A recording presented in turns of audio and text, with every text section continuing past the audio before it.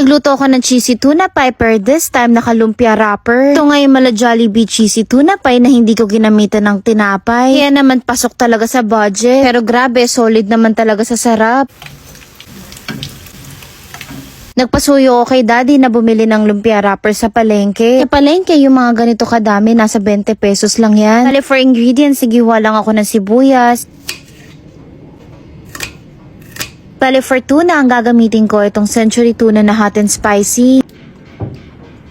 Bale dinrain ko siya, minake sure ko na mawawala yung sabaw. Wala rin namang tapon kasi yung sabaw nito gusto namin sinasabaw sa kanin. Bale for filling, bukod sa tuna, naglalagay din ako ng mayo.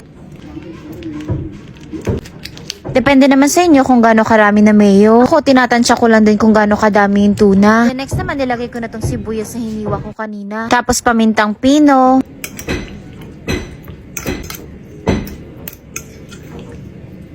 Ito naman, optional lang to. Maraming natira si mother na mushroom kaya nilagay ko na rin dito.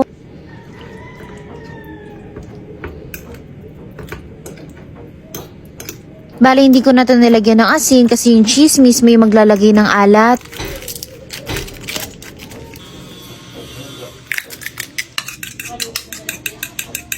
Bale, sa pagbabalot, madali lang din para ka lang din naglulumpia. Bale, yung cheese na ginamit ko dito, yung normal na Eden cheese lang.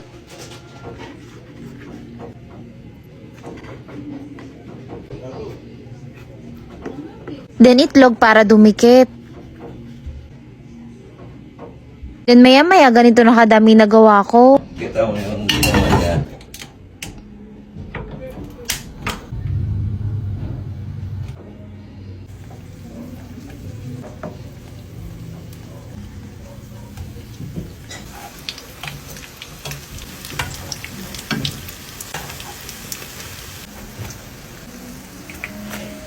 Then that's it. O diba may masarap ka ng merienda.